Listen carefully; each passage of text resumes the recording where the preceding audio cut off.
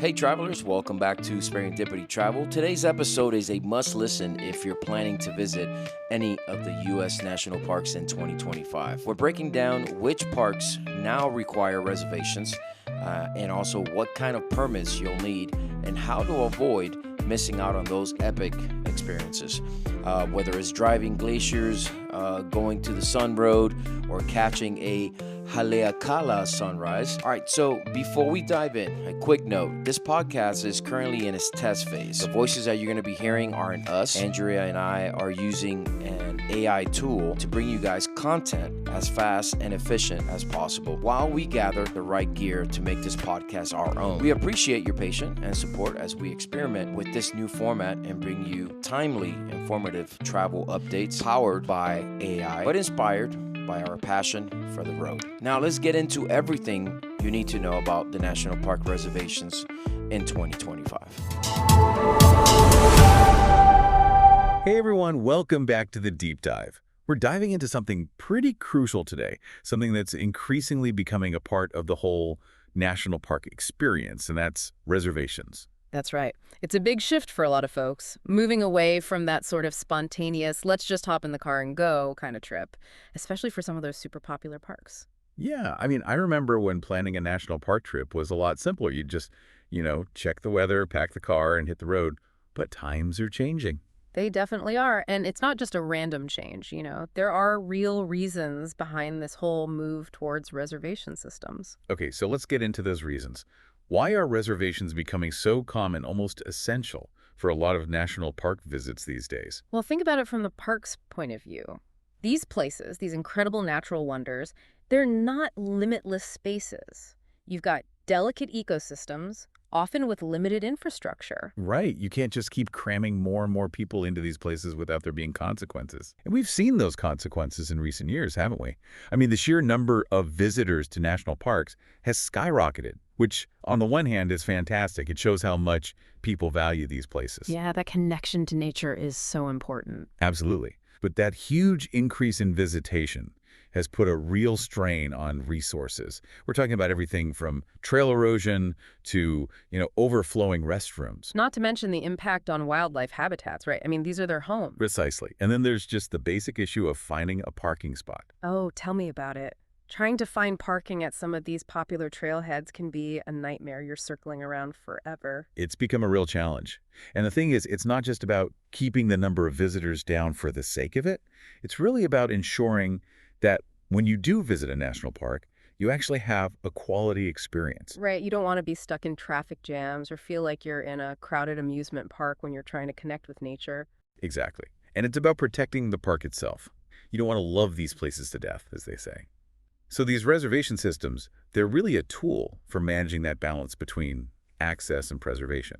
It's about sustainability in the long run. And it makes sense. You see similar things happening all over the world, right?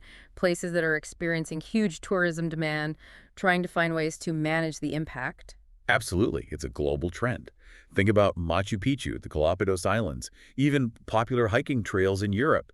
It's all about figuring out how to allow people to experience these incredible places without overwhelming the very things they come to see. So, okay, reservations are becoming more and more common. There's a good reason for it. But where do you even begin? How do you navigate this whole world of national park reservations? Well, the good news is there's a central hub for a lot of this, and that's Recreation.gov. Consider it your new best friend for planning pretty much any adventure on public lands. Recreation.gov. Got it. Write that down, everyone. But I imagine it's not quite as simple as one website solves everything, right? Each park probably has its own little quirks and specific requirements. Oh, you're absolutely right. Well, Recreation.gov is definitely the main platform. The details, the timing of when those reservations become available, the costs, even what specifically requires a reservation, all of that can vary quite a bit from park to park. So it's not just a case of, okay, I'm going to Yosemite, let me get my Yosemite reservation, and I'm good to go. Not necessarily.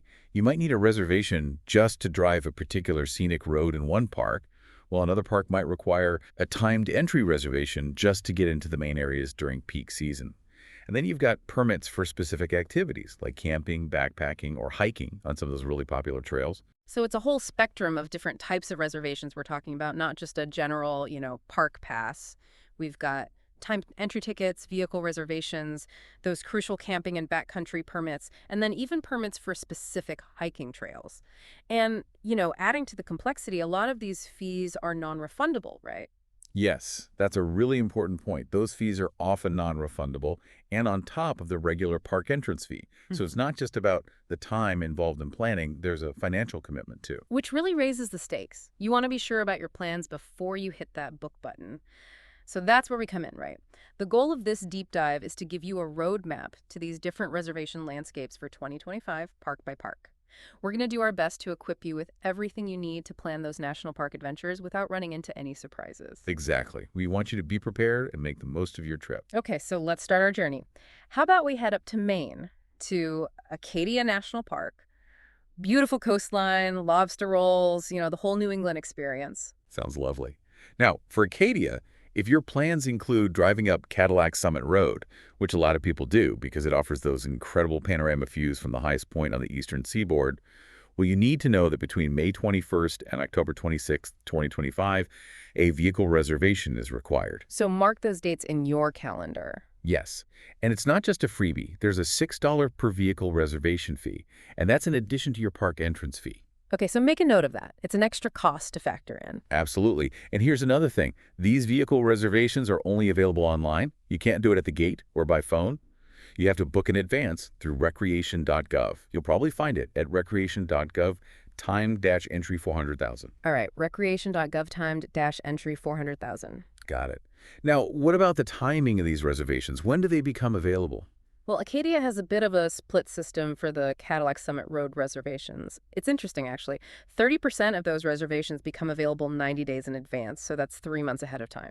So if you're a super planner, that gives you a pretty decent window. Exactly. But then the majority, 70% of those vehicle reservations, they're released just 2 days before your intended visit at 10 a.m. Eastern Time. Okay, so even if you're not the plan months in advance type, you still have a shot at getting a reservation. That's right. It's a good system for people who are more spontaneous or maybe have a bit more flexibility with their travel dates, and it probably helps to fill any last-minute cancellations too. Yeah, that makes sense. Now, this vehicle reservation, it's specifically for Cadillac Summit Road, right? Like, I don't need a reservation just to get into Acadia National Park in general. That's correct. You only need the vehicle reservation if you want to drive up to the summit of Cadillac Mountain. The rest of Acadia National Park, all those stunning hiking trails, the coastline, all of that is accessible without a reservation. It's a very targeted approach to managing one specific area within the park that's known to experience some pretty significant congestion, especially when it comes to parking. Yeah, I can imagine. It's a pretty popular spot. Now, you mentioned there are 2 types of reservations you can make for Cadillac Summit Road, focusing on different times of day. Can you break those down? Sure. So, you've got your sunrise reservation, which, as you can imagine, is perfect if you want to catch those spectacular early morning views. And the sunrise reservation gives you a 90-minute entry window. So a bit more leeway there. Right. And then you've got the daytime reservation, which has a tighter 30-minute entry window. So with a daytime reservation, you need to arrive within that half-hour window of your reserve time that they're really trying to manage the flow of traffic up there. It sounds like it. Makes sense, though, when you think about the limited parking and the number of people who want to experience that summit view. Okay, so that's Acadia. What about another really popular park, Arches National Park in Utah? Those iconic sandstone arches are definitely on a lot of bucket lists. Arches is another one that's moved to a timed entry reservation system. But it's important to know that it's not year-round. For 2025, timed entry reservations will be required for 2 periods. First, from April 1st to July 6th, and then again from August 28th to October 31st. And this is between 7 a.m. and 4 p.m. each day during those periods. So if you're planning a trip to Arches in 2025, definitely make a note of those dates. But you said it's not required year-round. Does that mean there's a period when I don't need a reservation at all? Yes, exactly. You can visit Arches without a timed entry ticket during the peak summer months. So between July 7th and August 27th, you're good to go without a reservation. Okay, so they're managing those shoulder seasons when it might be a little less crowded anyway.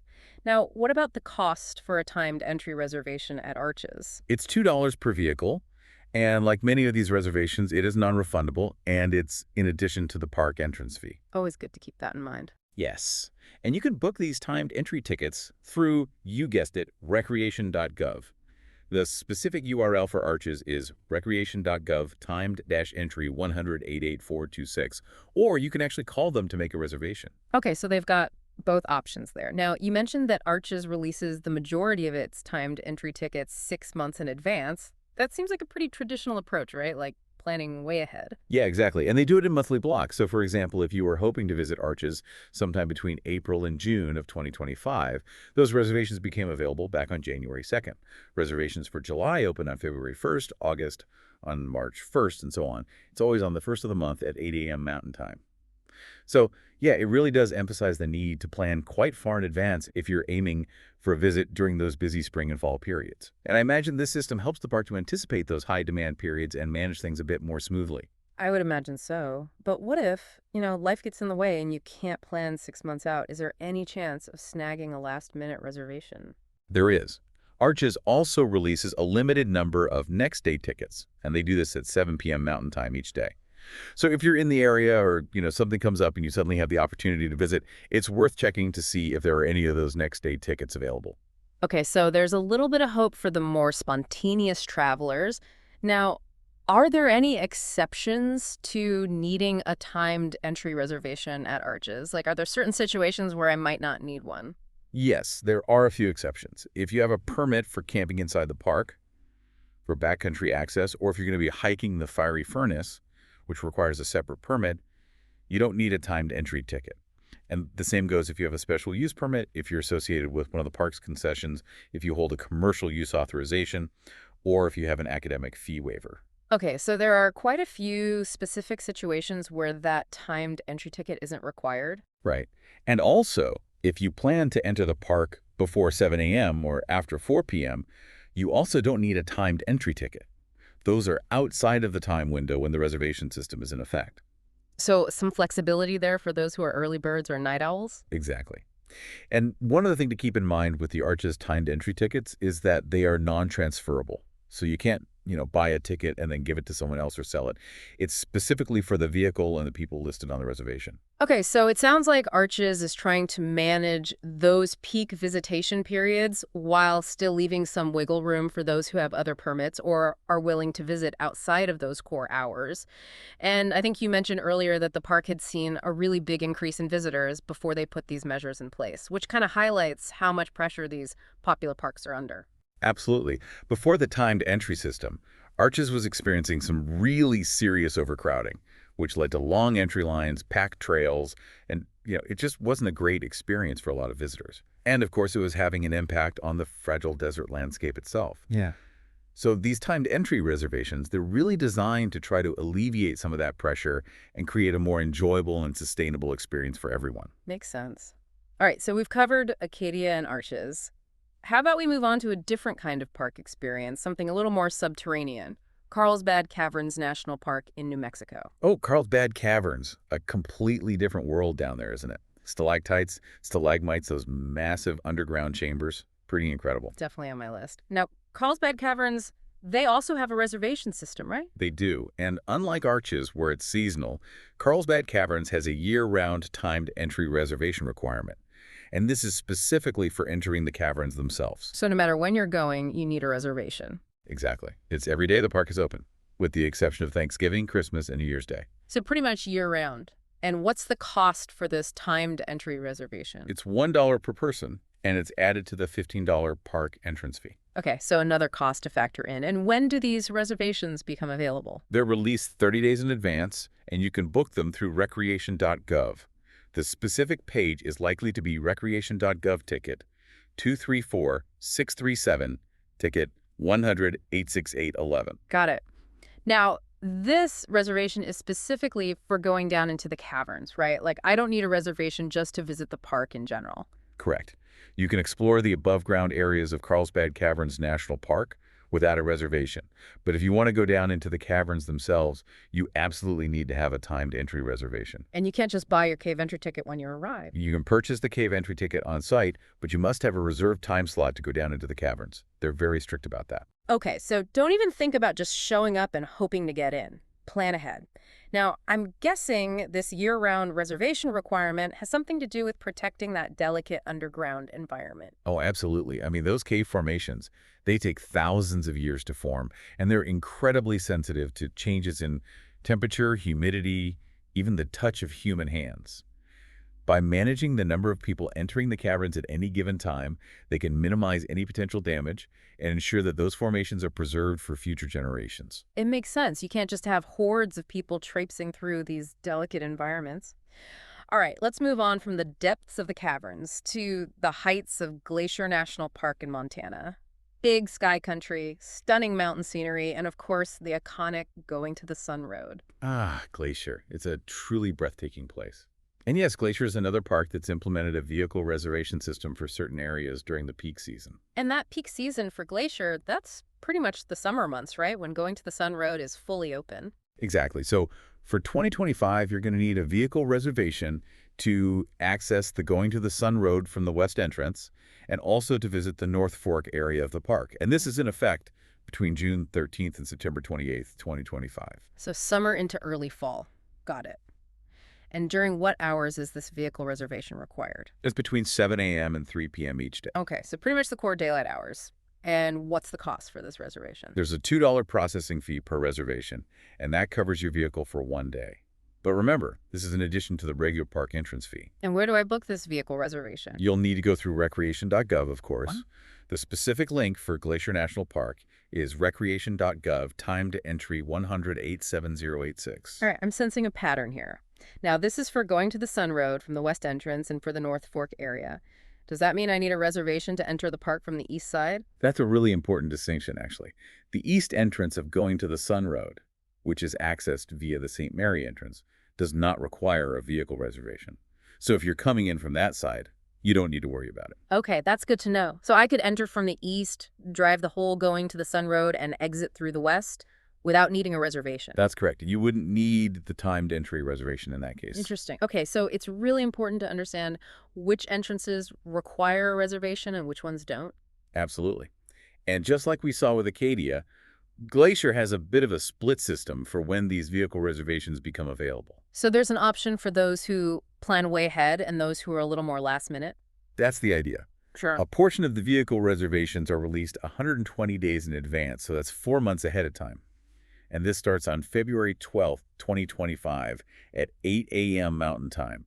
And they're released on a daily rolling basis. So every day, a new batch becomes available. So if you're really organized and want to be sure of getting a specific date, that's the option for you. Exactly. And then for the more spontaneous folks, the remaining reservations are released the day before for next day entry at 7 p.m. Mountain Daylight Time. And this starts on June 12th, 2025, also on a daily rolling basis. So there's hope for those of us who are a little less organized. Now, are there any situations where I might be exempt from needing a vehicle reservation for Going to the Sun Road or the North Fork area? Yes, there are a few exemptions. If you have lodging reservations inside the park, specifically within that corridor that requires the reservation, you're good to go. And if you're part of a commercial tour, you also don't need a separate vehicle reservation. And of course, if you enter before 7 a.m. or after 3 p.m., you're outside the reservation window.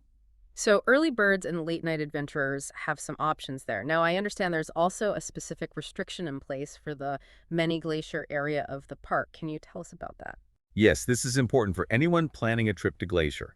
Access to the Many Glacier area by personal vehicle is going to be restricted from July 1st to September 21st, 2025. And this is due to limited parking availability because of some construction work that's going on. Oh, so that's temporary then. Yes, it's related to that specific construction project.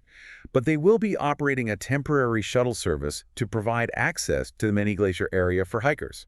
So you can still get there, just not in your own vehicle. So a little bit of a wrinkle to plan around. Right. It just highlights how park management sometimes needs to adapt and come up with solutions when there are infrastructure projects or other factors that might affect visitor access. Makes sense. All right, so Glacier has its complexities, but they're trying to manage those crowds and protect those stunning landscapes. What about Haleakala National Park in Hawaii? I've heard the sunrise from the summit is incredible. Oh, it truly is. The House of the Sun, as it's known in Hawaiian. Witnessing the sunrise from the summit of Haleakala is an experience you won't soon forget. And yes, You'll need a reservation for that, specifically a vehicle reservation. So I can't just drive up there on a whim. Not for Sunrise. They have a reservation system in place due to the limited parking available at the summit and just the sheer popularity of that sunrise experience. Everyone wants to see it, and it can get very crowded up there. Okay, so how do I get one of these vehicle reservations for Haleakala Sunrise? Bookings open up to 60 days in advance at 7 a.m. Hawaii Standard Time each day, and they're released on a rolling basis. You can book these reservations through Recreation.gov. The specific URL you'll need is Recreation.gov ticket facility 253731. Okay, Recreation.gov ticket facility 253731. Got it. And is there a fee for this vehicle reservation? Yes, there's a $1 non-refundable reservation fee. It's not much, but it does mean you need to be sure about your plans before you book. Right, like with any non-refundable fee. Now, this is specifically for sunrise viewing between 3 a.m. and 7 a.m. I assume I don't need a reservation for sunset. That's right. You can visit the summit for sunset without a reservation. Interesting. Why the difference? I think it just comes down to crowd management. The sunrise is the main attraction, and they need to control the number of vehicles heading up to the summit at that time. For sunset, it's a bit less intense. And there's also an exception if you're camping at the Hosmer Grove campground, which is also in the Summit District. If you have a confirmed campsite reservation there, a sunrise permit is included with that. You don't need to book a separate one. Oh, that's good to know. Saves you a step. So it's all about managing the impact of those crowds, particularly for that iconic sunrise experience. Now let's switch gears again and talk about a different kind of natural wonder, Mammoth Cave National Park in Kentucky. Mammoth Cave, the longest cave system in the world. It's a truly awe-inspiring place. Definitely. Now, our research indicates that Mammoth Cave will be requiring reservations in 2025. Yes, it's on the list of parks implementing some form of reservation system. Given that the main attraction at Mammoth Cave is, well, the cave itself, it's highly likely that these reservations pertain to cave tours. I mean, that's the primary way to access and explore the vast underground network. And it makes sense from a park management perspective, both for safety and to control the impact of visitors within the delicate cave environment. Yeah, I can imagine those cave tours are pretty popular. They are. But unfortunately, our sources don't give us a lot of specifics about how the reservation system will work for Mammoth Caves in 2025.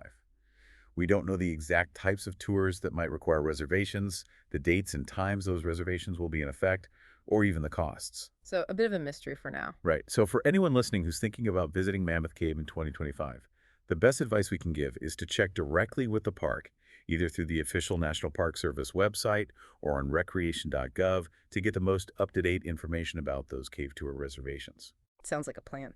Okay, so Mammoth Cave is a bit of a to be determined. How about Mount Rainier National Park in Washington? That's another one that's high on my list. Mount Rainier, that majestic volcano. Always an impressive sight.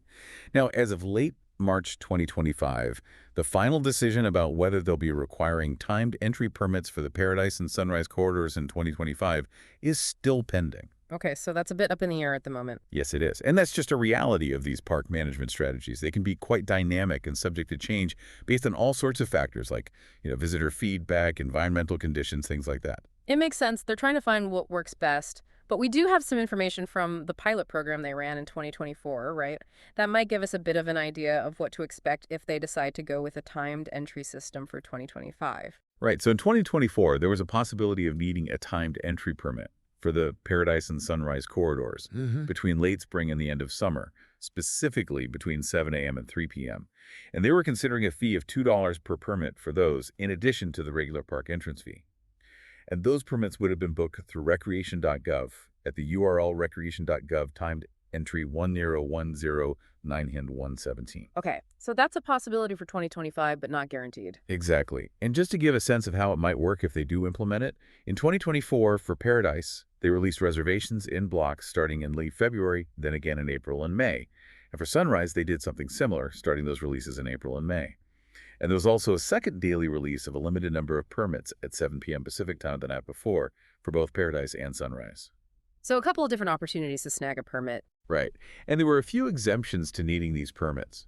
In 2024, if you already had a campground reservation, lodging reservations inside the park within the affected areas, or a wilderness permit for overnight trips, you didn't need to get a separate timed entry permit. Same went for those who had special use permits for activities in those areas. and bicyclists and pedestrians were also exempt. Okay, so a few ways around it. Yes. But one thing to keep in mind, and this is just a general rule for Mount Rainier, is that pets are not allowed on any of the trails in the park. So leave those furry friends at home for this trip. Good to know. Okay, so it sounds like Mount Rainier is still working things out, but it's definitely worth keeping an eye on the park's website for the latest updates. Now, what about another southwestern park, Petrified Forest National Park in Arizona? Petrified Forest, that incredible landscape of, well, petrified wood. It's a unique and fascinating place. And our research shows that they're planning to require some form of reservation or permit in 2025. Okay, so managed access of some kind. But again, we don't have specifics about what that'll look like. Unfortunately, no. Our sources aren't giving us those details just yet. So for Petrified Forest, as with Mammoth Cave, the best thing to do is to consult the official National Park Service website, or Recreation.gov, to get the most up-to-date information about those reservation or permit requirements as they become available. Sounds good. All right, let's keep moving and head over to another mountain park, Rocky Mountain National Park in Colorado. Those high peaks and alpine meadows are always a draw. Rocky Mountain National Park is definitely a stunner. And yes, they're another park with a timed entry permit system in place for most of the 2025 visitor season. This system will be in effect from May 23rd to either October 14th or October 20th, depending on the specific type of permit you're looking for. Okay, so those dates are important to note. Absolutely. And this is all about managing those high levels of visitation that Rocky Mountain National Park experiences during its peak season. It can get really crowded, especially in those popular areas. Right. You don't want to be stuck in a traffic jam when you're surrounded by all that stunning scenery. Now, you mentioned there are two different types of timed entry permits for Rocky Mountain National Park. Can you explain those a bit more? Sure. So the first type is the timed entry plus Bear Lake Road permit. This permit allows you to access the entire park, including the very popular Bear Lake Road corridor, which is known for its stunning views and trailheads. And this permit is required from 5 a.m. to 6 p.m. every day until October 20th. The second type is simply called the timed entry permit. This one allows access to all areas of the park except for the Bear Lake Road corridor, and it's required from 9 a.m. to 2 p.m. daily until October 14th. So you need to consider which parts of the park you want to see and when you want to visit when choosing your permit type. Okay, so it's important to know where you want to go and when you want to be there. And what about the cost for these timed entry permits? Both types of permits cost $2 per vehicle per day. And just like with many of these reservation systems, it's a non-refundable fee that's charged in addition to the regular park entrance fee. So you'll want to be pretty sure about your plans before you book. And where do you book these permits? Through Recreation.gov, of course. The specific URL for Rocky Mountain National Park is recreation.gov timed-entry 1086910. All right, Recreation.gov is becoming our go-to for all these national park reservations. Now, how far in advance are these Rocky Mountain National Park permits released? They release them on the first of each month for the following month. So, for example, if you wanted to visit between May 23rd and June 30th, those permits became available on May 1st. July permits were released on June 1st, and so on. And they release those permits at 8 a.m. Mountain Time. So it's that first of the month scramble, but they do hold some permits back for those who can't plan quite that far ahead, right? Yes, they do. They release about 40% of the permits as next-day reservations at 7 p.m. Mountain Time the night before. So you always have a chance to get in, even if you can't plan months in advance. That's good news. Now, what about those folks who have wilderness permits for overnight backpacking trips? Do they need a separate timed entry permit as well? No, they don't. If you have a wilderness permit for an overnight trip within the park, you don't need to get a timed entry reservation.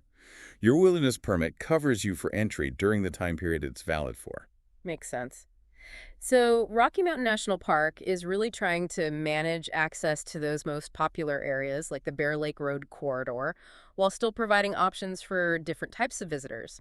And they've got that combination of monthly and next day releases to cater to different planning styles. It seems like a pretty good system, at least on paper. Now, how about we shift gears and head back to California to those giant sequoia trees in Sequoia National Park? Always a sight to behold. Now, our research indicates that Sequoia National Park will also be requiring reservations or permits of some kind in 2025. Yes, it's definitely on the list. But unfortunately, just like with Mammoth Cave and Petrified Forest, we don't have the specifics yet about how those reservation or permit requirements will work for Sequoia. So another one where we'll have to direct our listeners to the official National Park Service website or Recreation.gov for the latest details.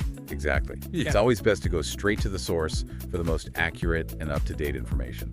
All right, guys. Thank you so much for tuning in and riding this wave with us. If you're planning a trip to National Park this year, I hope this episode helped make your planning a little easier. If you have any questions, been through the reservation process already, or you want to share your experience, we love to hear from you. And if you're vibing with the podcast, make sure you subscribe and follow us on Instagram and YouTube at Sperryndipity Travel. Until next time, stay curious, keep exploring, and like always, life is in session. Vlog it. Later.